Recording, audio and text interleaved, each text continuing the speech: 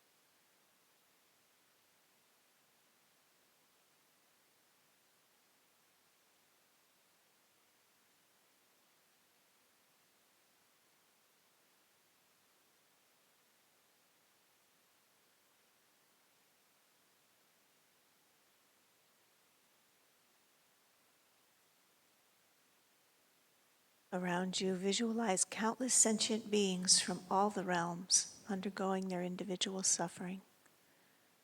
All sentient beings suffer, but the beings that suffer the most intensely, the suffering of suffering, are the beings in the three lower realms, the hell beings, spirits, hungry ghosts, and the animals.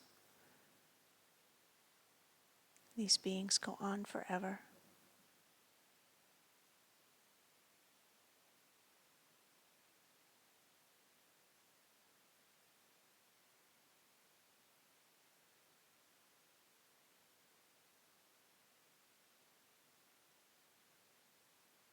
Generate in your heart an intense wish to help them escape their suffering and a fierce commitment to do so. This is the motivation for this meditation.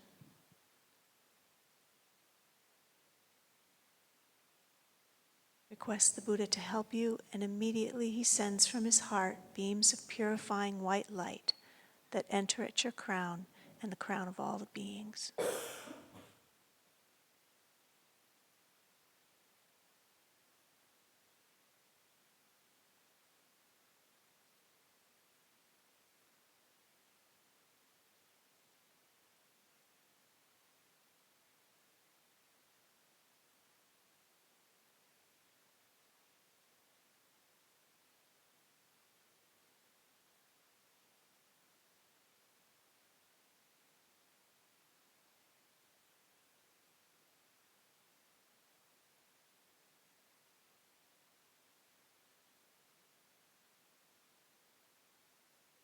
You are filled with this purifying light.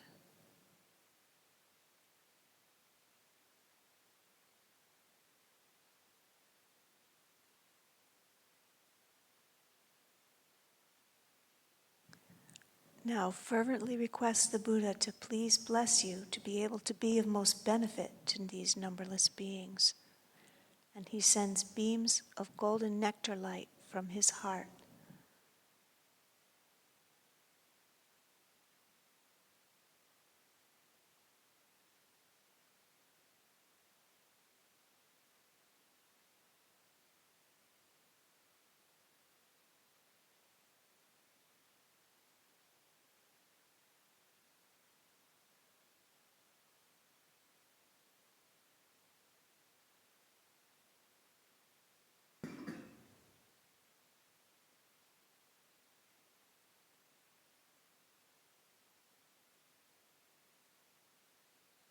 You are filled with this golden nectar light, and with the purification and the blessings, you're ready to achieve the realizations on the path to enlightenment.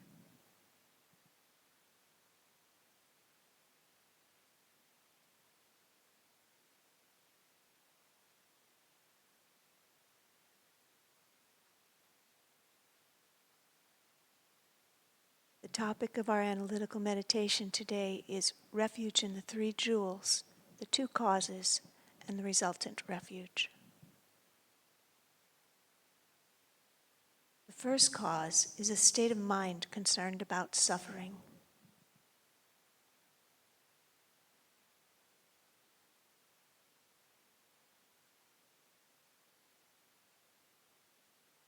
The second cause of taking refuge is the faith that the three jewels, Buddha, Dharma, and Sangha, have the power to protect you.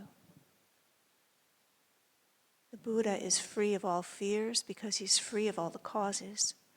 He is omniscient and he possesses skillful means. He does not differentiate between those who help and those who harm. He has loving compassion for all.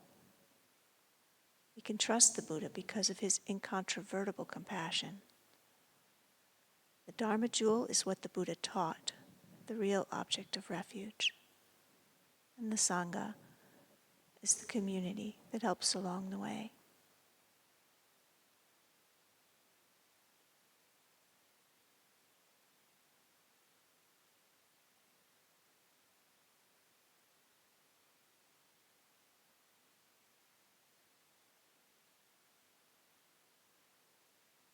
Geshe-acharya Thupten-Lodin describes enlightened mind as being filled with the greatest, most far-reaching love. It's fused with wisdom and compassion, completely free of ignorant hatred, ignorant desire, and ignorance itself. It is an unstoppable wellspring of happiness, peace, and contentment, filled with boundless joy, and with no limitations to creating beneficial circumstances reflecting that joy.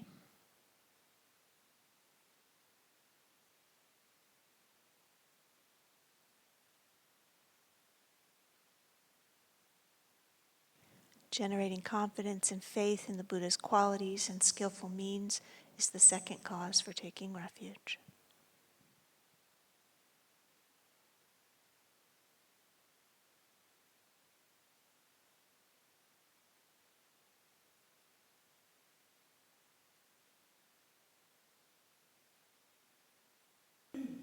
Let's examine the state of mind concerned about suffering, which is the first cause for going for refuge. Lama Tsongkhapa divides the trainings on the path to enlightenment into three scopes. The state of mind concerned about suffering of the three lower realms. The state of mind that is concerned with cyclic existence and wishes to be free of the whole suffering business, striving to achieve nirvana and liberation from samsara. And finally, the state of mind concerned about the sufferings of all living beings.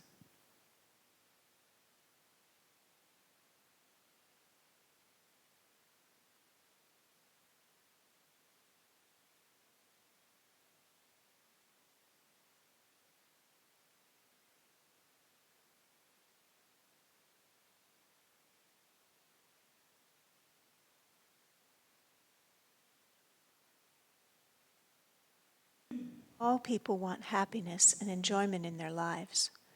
People focused only on happiness in the present are ordinary beings. The scope of their motivation is so limited that they really have no spiritual goal, and they don't even approach the initial scope of the Lam-Rim.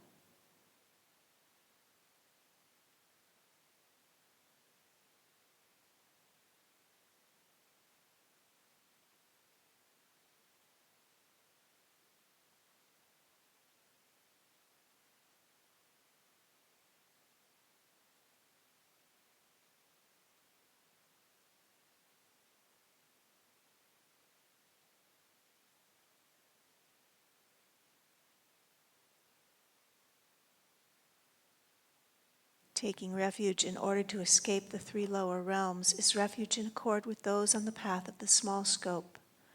As Geshe-la said, living in morality is the safe direction.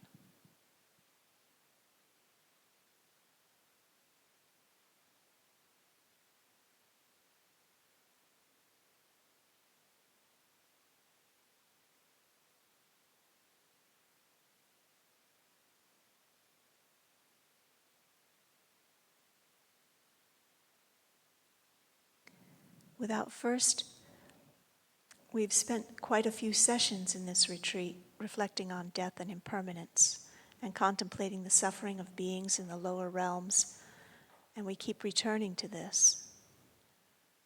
Because without first understanding suffering, we will have no inkling of our own situation in samsara.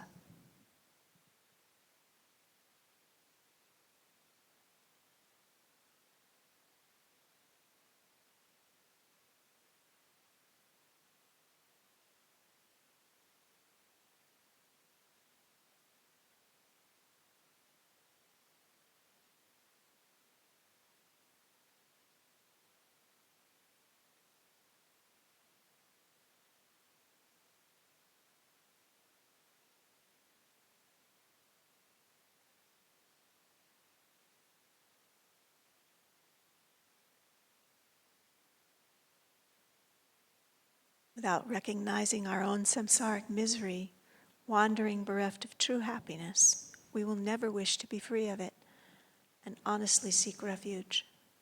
We simply won't recognize our dire need for refuge until we recognize that the happiness we find in worldly pursuits is not true happiness, but suffering.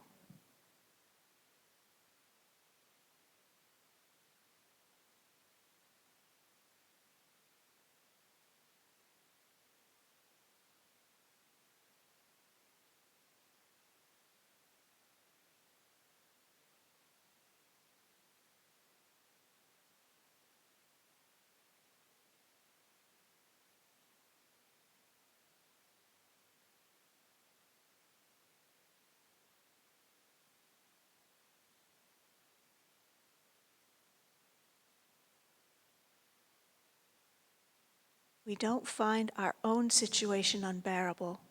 We will not find it unbearable to see the suffering and unhappiness of others.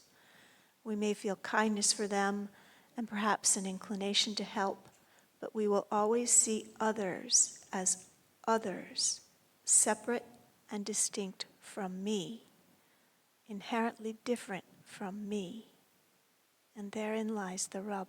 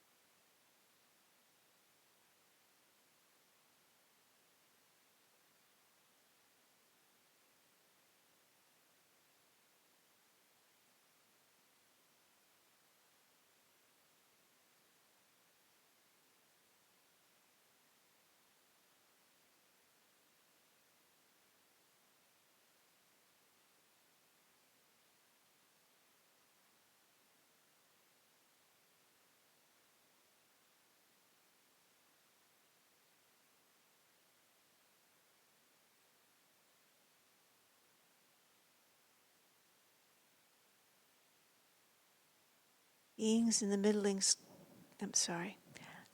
Atisha's Lamp for the Path to Enlightenment says, those who seek peace for themselves alone, turning away from worldly pleasures and avoiding destructive actions, are said to be of middling capacity. Beings in the middling scope generate a real form of refuge through renunciation based on growing understanding of all pervasive, compounded suffering.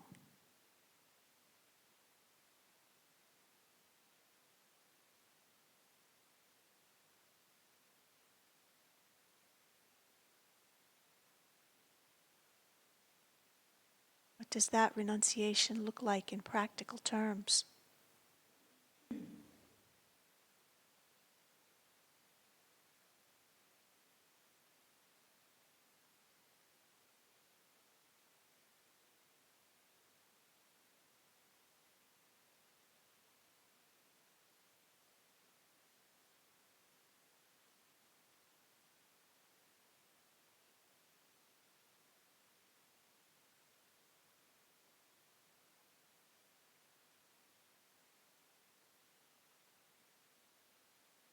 Causal refuge in the three jewels guides us to awakening. It is the internal refuge. It is the external refuge.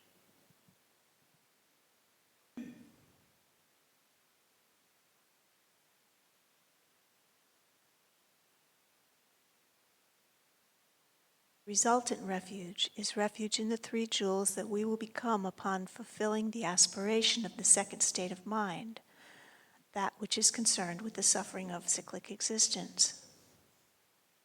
Resultant refuge is true paths and true cessation in our own mind stream. Does this mean that we don't really have resultant refuge until we have a direct realization of emptiness?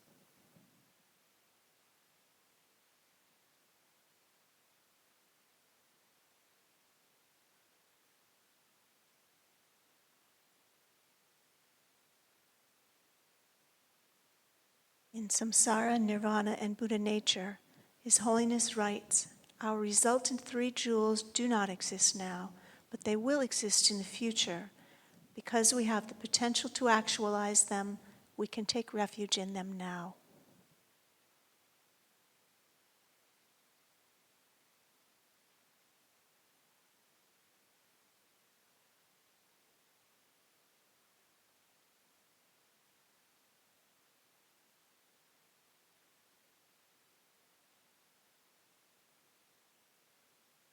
Causal refuge, external to the mental continuum, are the three jewels, Buddha, Dharma, and Sangha, and this is the same for all three scopes.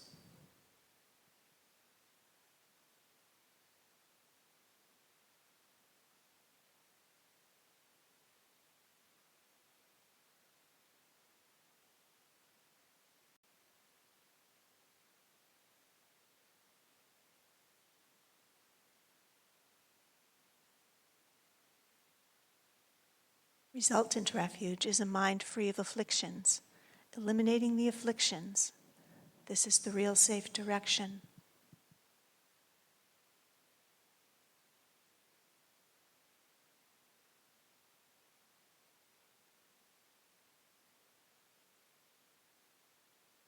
To have true paths and true cessation in our mind stream, we first need a conceptual realization of emptiness and then a direct perception of emptiness. Then we will have achieved liberation and stopped the cycle.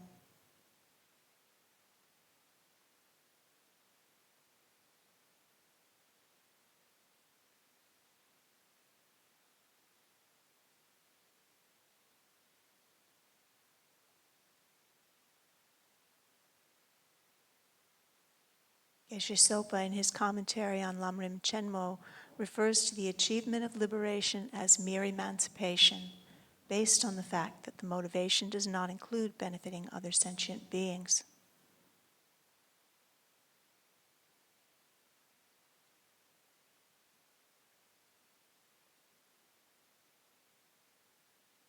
Beyond mere emancipation, there is the highest goal, motivated by great compassion and bodhicitta. The two lower paths are included in the highest path, although the path is taught in terms of three types of spiritual persons. The path of the superior persons includes the path of the small and the intermediate persons.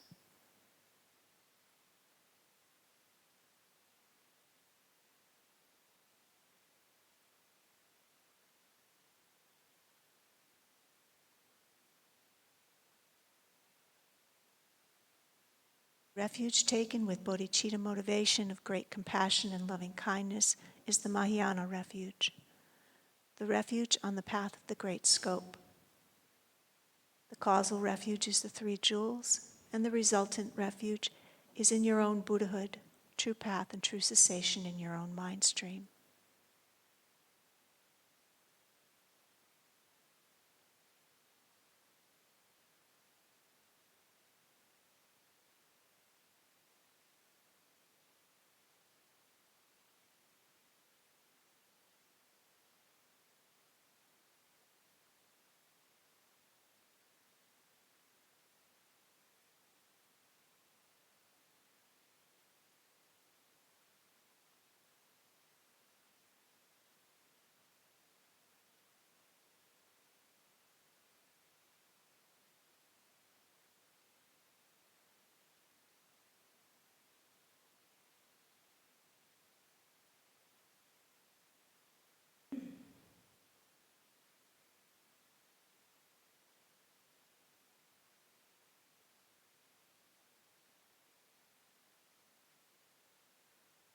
Call the infinite beings you visualize surrounding you in human form. All your kind mothers, all your precious children. Open your heart to every single one of them and make a commitment to achieve enlightenment and lead every single one of them out of suffering.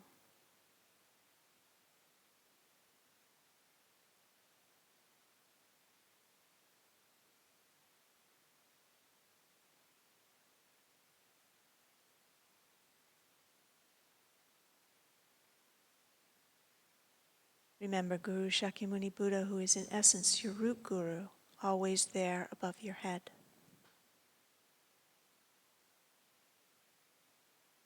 Visualize the throne and the Bodhisattva lions dissolving into the lotus.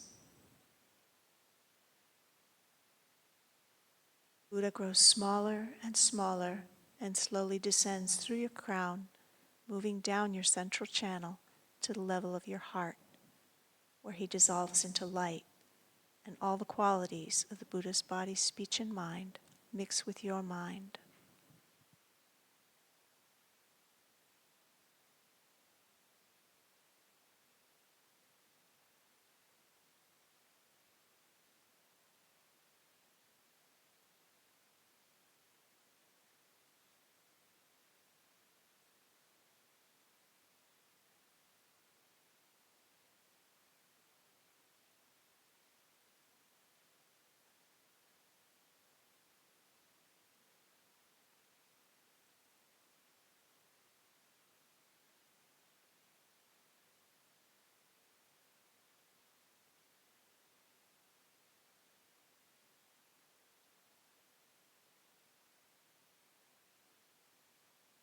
Let's dedicate the merit we've created this morning to the long, healthy, and joyful lives of all of our teachers who so patiently spoon-feed us these precious teachings, and for the benefit of all beings, especially the team members and retreatants who are struggling right now.